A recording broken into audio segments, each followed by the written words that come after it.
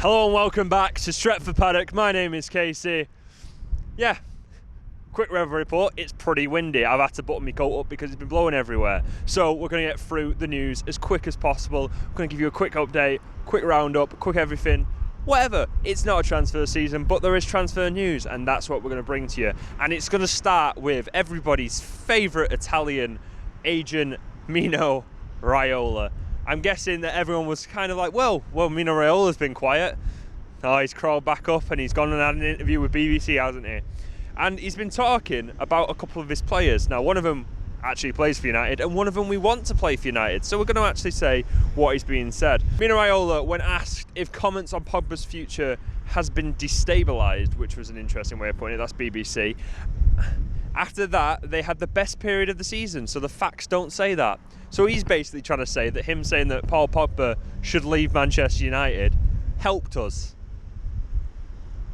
Gonna tell you where to stick that, Mino. There we go. And it's not Manchester when I say the place where the sun don't shine. But moving on.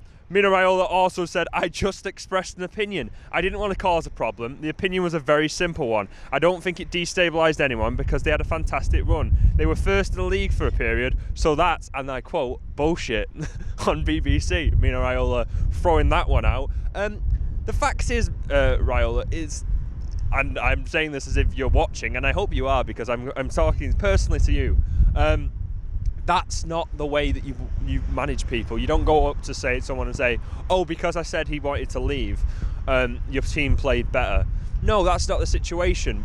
Paul Pogba obviously wasn't playing, and then he came back into the team and he was given a more free role up front or like up on the wing going forward. That's the reason that we did better. The fact is everyone was playing better. Scott McTominay was playing better. Fred was playing well with him. Bruno Fernandes obviously is still the driving force of the team. Paul Pogba saying, oh, actually, I'm thinking about leaving to Madrid. He's been saying that for the last 4 years. Since we pretty much signed him, he's decided he wants to go to Real Madrid at the end of it. So why now is it suddenly you think you're some sort of mastermind for saying that you wanted Paul Pogba, by saying Paul Pogba wanted to leave, we got first? It's not really on. And he says, as a player of 27, a big player like Pogba or Solskjaer, who has won everything in his life, really gets destabilised what Mino Raiola says. Wow, if I had this power, FIFA wouldn't exist anymore, that's for sure. Honestly, like, as again, I'm going to just say it, like, nobody likes you, nobody really wants you around, but the fact is you actually manage some pretty good players, so that we're going to have to keep dealing with these problems and these comments from Mino Raiola for time to come. But probably the best thing we can all do is just ignore him and hope he goes away, like some sort of, bad smell. Yeah, we're going to say it's like a bad smell. You just want him gone, but it's going to be there. And he's just talked a little bit about his other client and the one that most United fans want at United, mainly because they don't want him anywhere else in the Premier League because it's just going to be a problem, and that is Erling Braut Haaland. And he says that only a maximum of 10 clubs can afford to buy Haaland and give the platform that you would like after you've been in Dortmund. And 4 of those clubs are in England. Now, I'm assuming by that, and especially given the context of the interview, it being more United, one of them's United, one of them's probably Chelsea, one of them's probably your Manchester Cities, and then the other is probably Liverpool.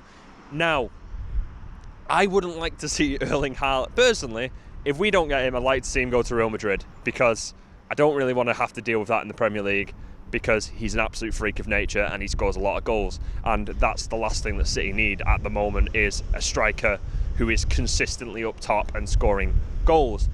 So I'd rather see him at United. It's going to be an interesting saga. Apparently there's rumours that if they don't get the Champions League this year, he could be moving on this year, but he has a 72 million buyout clause, which is kind of one of those ones that's not on paper, but it's in principle, that comes into effect next year. But if they don't get Champions League, he could look to move this year. Speaking of that, transfers and what United need, we need a centre-back. We've already said this. United fans have been saying it all window, and apparently, according to Andy Mitten on Talk of the Devils, United have watched centre-back from Sevilla, Jules Koundé, extensively and had a scout at the match last week to watch him.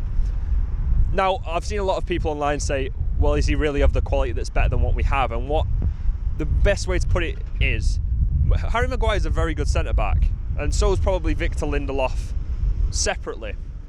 But the best way I've seen it put is they both have strengths which complement each other a game, but their weaknesses are magnified together. And that's probably the best way to look at it. Lindelof and Maguire can't play together because they both get caught out by the exact same thing and they can't support each other. Bailly is a bit better with Maguire because obviously his chaotic and all over the place approach helps cover for Maguire's lack of pace, and Maguire then does the Van Dijk role of just slotting in while Bailly goes to absolutely take someone's head off with a tackle. Jules Koundé is a lot more reserved centre-back, but he has a lot of pace, he has a lot of height, he's good in the air. He'd be a very good partner for Maguire, and I think that's why Solskjaer has been looking at it. He's been looking at long-term partners for Harry Maguire, and then at rotation, Victor Lindelof. Maybe, I've said for a long time, I think Victor Lindelof and Harry Maguire are destined to be the rotation of one another, and then obviously the centre-back next to them will very much change. That squeaking behind me of the sign is scaring me half to death, if you can hear this on the mic. And it's actually quite worrying. So I'm going to continue on very quickly. But yeah, Jules Koundé has apparently been watched by the scouts. Its price of around 80 million euros has been touted for the centre-back, but we'll have to see what happens. Now, speaking about an outgoing from United, and that is the possibility that Dean Henderson may leave the club in the summer. Apparently he's not happy to play second fiddle to David De Gea anymore, and David De Gea's performances this season haven't really done anything to inspire confidence that he is the nailed-on number one going long into the future. Dean Henderson is obviously seeing this opportunity as, I want to get more first-team football. David De Gea isn't really cutting the mustard anymore. I can probably become a first-team starting goalkeeper, England number one, all that good stuff, if I get a starting spot at either United or another club. And Sky have reported that some of the other clubs, if he does look to leave in the summer, some of the clubs that may be interested are Tottenham Hotspur, who obviously Hugo Lloris has shown that he has hands made of glass recently, so it's not really working out for him, so they'll be looking for a new keeper. And also Borussia Dortmund.